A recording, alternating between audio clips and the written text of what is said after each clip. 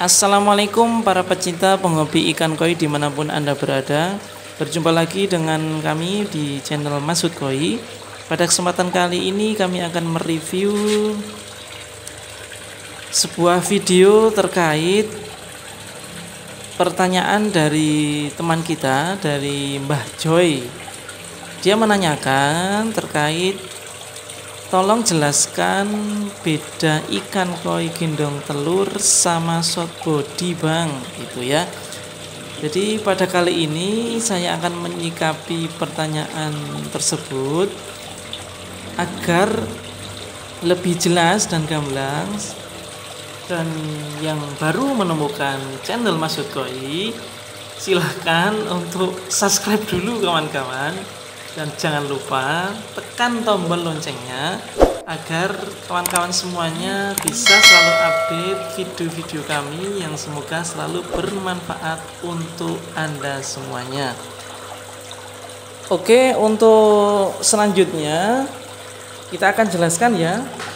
Kita akan fokus pada penjelasan yaitu short body atau kita istilahkan perut buncit atau put belly ya. Jadi untuk yang penjelasan ikan koi gendong telur, silakan Anda semuanya bisa cek di video kami sebelumnya ya, sudah kita jelaskan dan cara menyikapinya. Oke, kita bahas untuk perut buncit atau short body. Itu sebenarnya penyebab utama adalah karena pemberian pelet yang dengan dosis yang berlebihan, yang menyebabkan ikan koi sulit untuk mencerna dengan tuntas sampai benar-benar tercerna.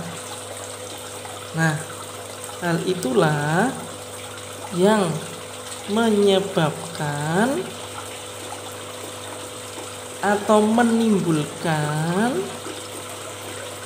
pakan yang tidak tercerna dengan baik. Itu akan menimbulkan kelebihan cairan cerna. Akhirnya tubuh koi itu akan berusaha mencari tempat untuk melepaskan cairan cerna tersebut, di mana koi akan berusaha untuk memperbesar area hati dengan membengkakkan hatinya. Nah, jadi penyebab utama sebenarnya adalah karena pembengkakan hati, dan bisa juga disebabkan oleh faktor genetik ikan yang kurang baik. Jadi memang sudah faktor keturunan daripada ikan koi tersebut yang memiliki hati yang sensitif, yang terjadi mudah pembengkakan. Nanti akan kita sampaikan ya video ikan koi yang terjadi buncit. Salah satu kita dapatkan ya.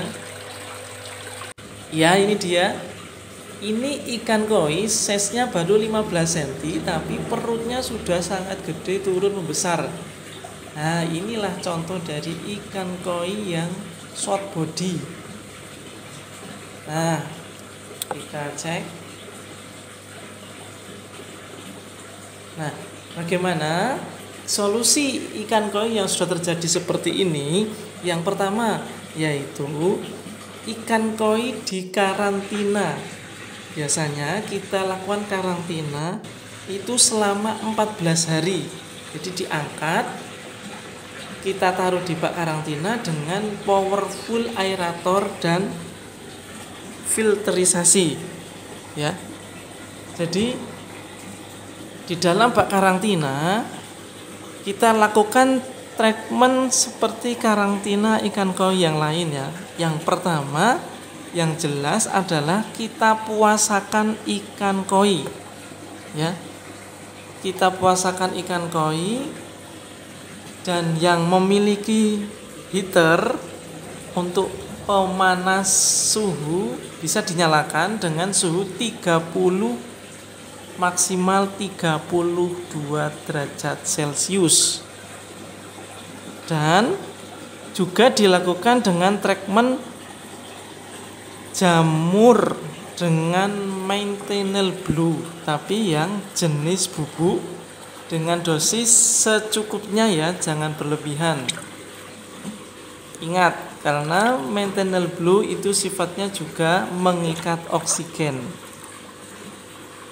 Terus selanjutnya, bagaimana cara treatment saya yang biasa kita lakukan secara alami itu sudah kita lakukan di video yang lalu, di atas bisa dicek, yaitu cara pencegahan ikan koi mudah sakit, termasuk gejala ikan koi jamur, mudah kena kutu, dan termasuk ini ya, perut membuncit atau short body, yaitu dengan treatment ekstrak temulawak yang kita campurkan dengan pelet dan juga kita masukkan ke dalam air kolam koi. Kenapa kita menggunakan ekstrak temulawak? Karena untuk temulawak itu adalah pelindung hati dan mencegah pelemahan sel-sel hati dan menetralkan racun, menghilangkan nyeri, antibakteri dan antioksidan yang sangat bagus untuk ikan koi. Dan yang jelas juga sebagai penambah nafsu makan ikan koi. Jadi jika bukan karena faktor genetik, pasti dalam waktu 2-4 minggu akan terjadi penyiutan atau pengecilan area hati ini. Jadi otomatis perut ikan akan berangsur-angsur mendekati normal. Ikan menjadi proses penyembuhan. Namun jika perut tetap buncit ke bawah, berarti ikan positif food body karena faktor genetik atau keturunan. Itu tidak bisa disembuhkan, susah disembuhkan. Jadi keberhasilan ini tergantung dari genetik dan tingkat keparahan pembekakan ikan yang akan kita obati. Jika sudah sembuh normal, kadang ikan yang sudah pernah kena short body atau food body itu bisa berpotensi kena kembali. Jadi saya akan sampaikan juga cara pencegahan agar tidak terjadi. 1. Kolam diberi arus yang cukup dan nyaman. Jadi menciptakan arus bertujuan agar ikan koi olahraga, terutama agar makanan dapat terserap dengan baik sehingga tidak tertimbun menjadi lemak di perut ikan yang membuat hati bekerja dengan berat, akhirnya menjadi pembekakan pada hati ikan. Apalagi jika kolam Anda kedalamannya kurang dari 1 meter dan panjangnya di bawah 2 meter, arus ini harus wajib ada. Karena ruang berenang ikan sempit, satu-satunya cara agar ikan sehat yaitu dengan pemberian arus pada kolam. Selanjutnya, pemberian makan jangan berlebihan dan jangan sampai ada sisa berpotensi menjadi bibit penyakit. Yang ketiga, pemberian pakan jangan full hand feeding. Selingi dengan menyebarkan pelet ke area seluruh kolam. Jadi biarkan ikan tersebut berebut ya, mencari makan sambil berenang berolahraga. Selanjutnya, rendamlah pelet antara 5-10 menit dengan larutan probiotik. Jadi direndam dengan larutan probiotik, terutama ya untuk pelet yang tinggi protein di atas 40%. yang kaya akan bakteri positif asam amino agar pencernaan ikan mudah mengurai makanan dan stamina ikan lebih sehat. Bisa kita sarankan dengan susu Yakult, itu bagus juga. Di video kami sebelumnya bisa Anda cek juga manfaat untuk susu Yakult dan cara penyajiannya untuk ikan koi. Selanjutnya,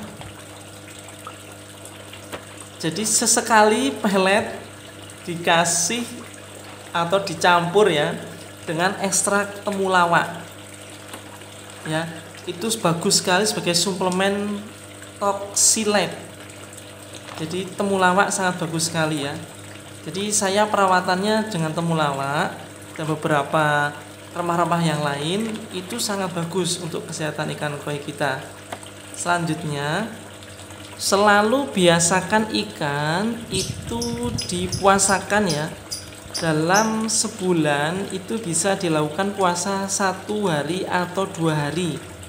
Tujuannya adalah untuk menjaga metabolisme pencernaan ikan agar tetap sehat. Jadi penting ya kita puasakan ikan walaupun cuman 1 hari atau 2 hari selama 1 bulan. Tujuannya tadi ya untuk metabolisme pencernaan. Selanjutnya, kita harus konsisten dalam merawat air kolam agar air kolam selalu sehat.